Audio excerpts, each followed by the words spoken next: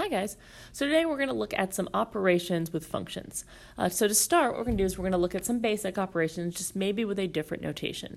So the first one on here, f plus g of x, all that means is that we're going to take the f of x function and we're going to add the g of x function to it. So really we're just going to combine like terms here. So I have 3x minus 2 plus x squared minus 5, and then I'm just going to combine like terms and I get my answer.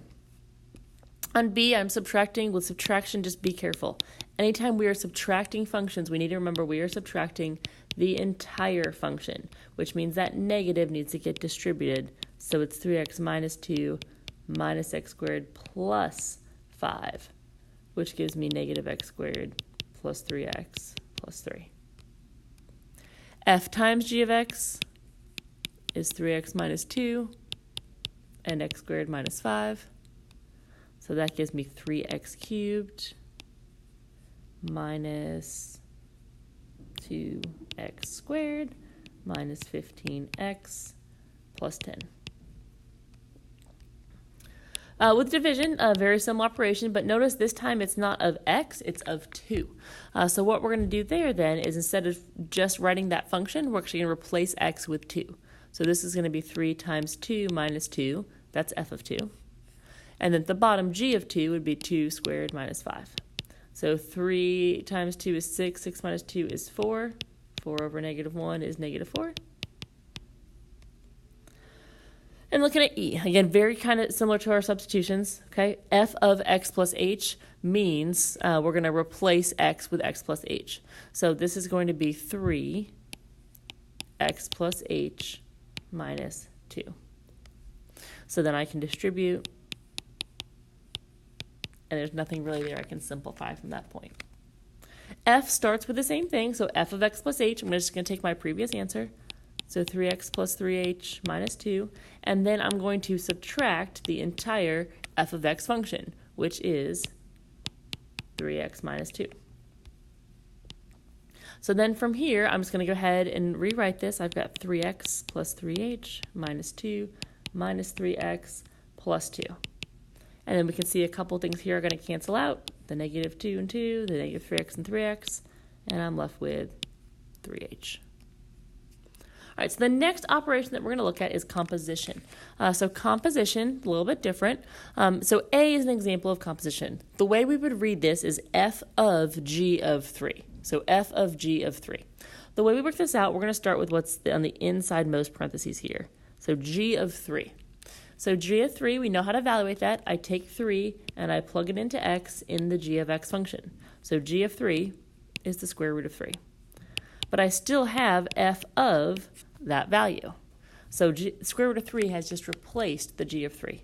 So f of the square root of 3 is going to be the square root of 3 plus 4. All right, very similar on B. I'm going to evaluate f of negative 2 first. So plug negative 2 into the f of x function, and I get 2. So I'm left with g of 2, and g of 2 is the square root of 2. All right, pause the video and try and do a couple of these on your own. All right, g of 9 is going to be the square root of 9, which is 3. F of 3 is going to be 7. F of negative 5 would be negative 1. G of negative 1 is going to be the square root of negative 1. Now, at this point, there's not really much else we can do with this. We're going to talk a lot more about this once we get to quadratics. But this does not have any real solutions because this actually is going to give us what's called an imaginary number. But we'll see a lot more of that later on in the semester.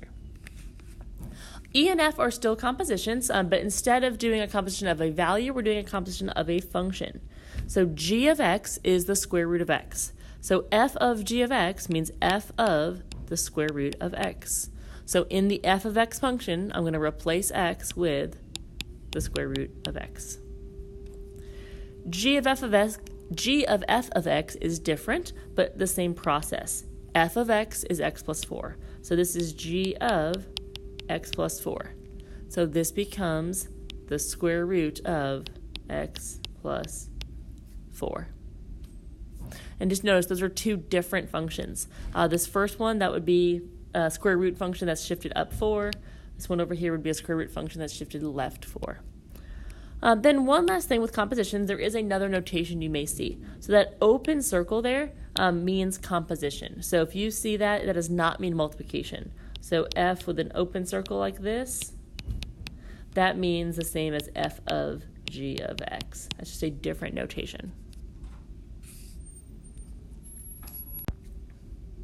All right, so what we're going to do, we're going to continue these operations, but we're going to look at a table this time.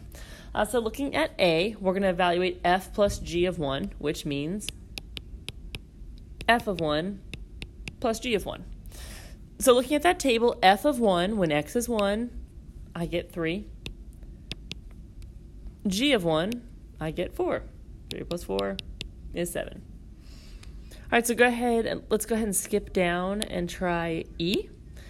E, remember, that is a composition. That means f of g of 1. So we'll start with g of 1. G of 1 is 4. So then I'm evaluating f of 4, and f of 4 is 2. So go ahead, pause the video, and try a few of these. All right, so B, f minus g of 3 would be 0 minus 6, which is negative 6. F times g of 2 would be 2 times negative 3, which is also negative 6. G of f of 3. So f of 3 is 0. G of 0 is 7. On f, it's f of 1. F of 1 is 3.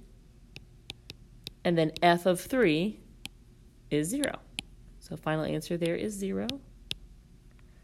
G of 4 is 0, so f of 0 is 5. And then that last one, G of 4 is 0, and then G of 0 is 7. So the last thing we're going to look at with compositions is going to be basically the opposite of what we were doing.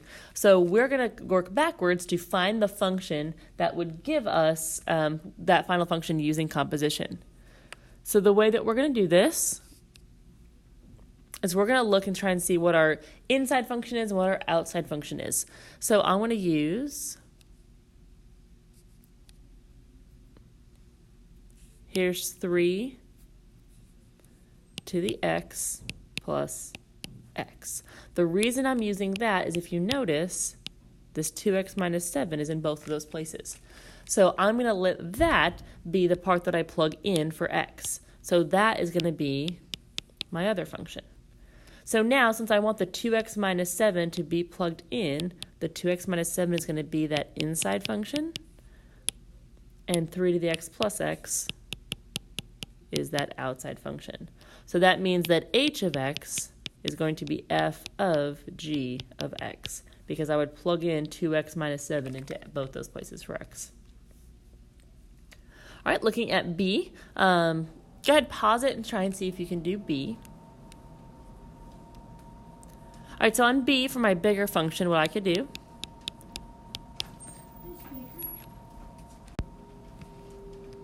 all right, so this, on the top, I'm going to go ahead and do the square root of x over x squared minus 3.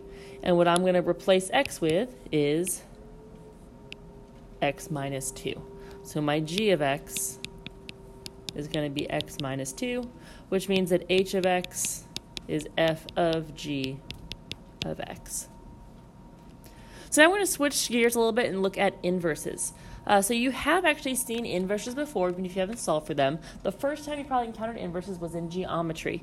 You used inverses, for example, when you had something like this, and you were trying to solve for that angle, right? You would have used, in that case, sine inverse of 3/4 to find what that angle was.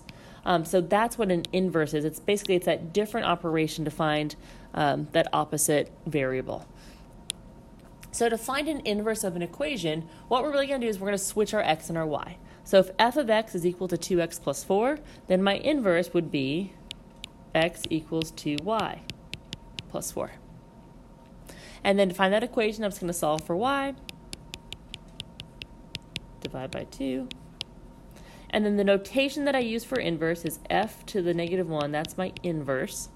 And what I'd be left with after dividing by 2 is I would have 1/2 x minus 2.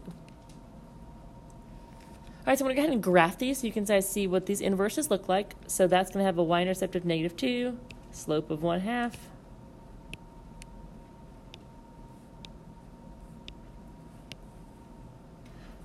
So that's f inverse.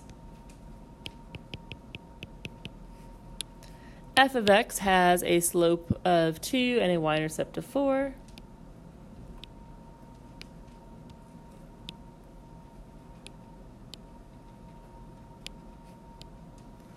And those are my two graphs. Now, a couple things to notice about these graphs. First of all, a function and its inverse will be reflections over the line y equals x. All right, the second thing, if you notice, because we switched the x and the y in the equation, all these coordinates have x's and y's that are switched. So 0, 4 up here becomes 4, 0 down here. -2, 0 here becomes 0, -2 down there. So we're switching the x and y coordinates on the graph as well. Now, one important note that's on here. This tends to get confused a lot. F inverse is not a reciprocal. The reciprocal and an inverse are two different things. We'll get more into that later on in this year, but just remember a reciprocal is not the same thing as an inverse. All right, so now we're going to look at inverses from a graph. So in order to find it from a graph, we just take the x's and y's and we change them. So the first point on the original was -3, 0. So when I flip the x and the y, -3, 0 is going to turn into 0, -3. And that's my new point. We are not changing any positive or negative signs. We are just flipping the x and the y. So 0, 3 becomes 3, 0, and 3, 0 becomes 0, 3. So the green graph is my inverse. That inverse in this case is not a function. We'll do some things later in the year to ensure that our inverses are functions. Right now in these graphs, though, this one is not. Domain on the original. So it touched, the farthest left was -3, the farthest right was 3. It touched both points. So it was -3 to 3. The range on the original, bottom to top, the lowest y value was 0, highest y value was 3. Domain of the inverse, so the domain of the green graph, the farthest left was 0, and the farthest right was 3. Range of the inverse, bottom to top, -3 to 3. So one thing you may notice, the domain and the range are just flipped, which again makes sense. Domain is the list of all the x values, and range is the list of all the y values, and if we're flipping our x and our y's to create the graph, it's going to flip the domain and the range. All right, go ahead, pause it, and try B. All right, on B, so if it goes through 0, 5, it's going to go through 5, 0. B goes through 1, 4, so it's going to go through 4, 1. This one went through 4, 3, so it's going to go through 3, 4. It goes through 9, 2, so it's going to go through 2, 9. And there is my graph. I'm going to put arrows at the end of those. All right, so the inverse in this case is a function. The domain of the original was from 0 to infinity. The range bottom to top, lowest is -infinity, highest is 5. Domain of the inverse, -infinity to 5 with a bracket. Range of the inverse, lowest point was 0 up to infinity. All right, so the last thing we're going to do is we're going to tie these two things together. So we're going to look at using composition to see whether or not functions are inverses.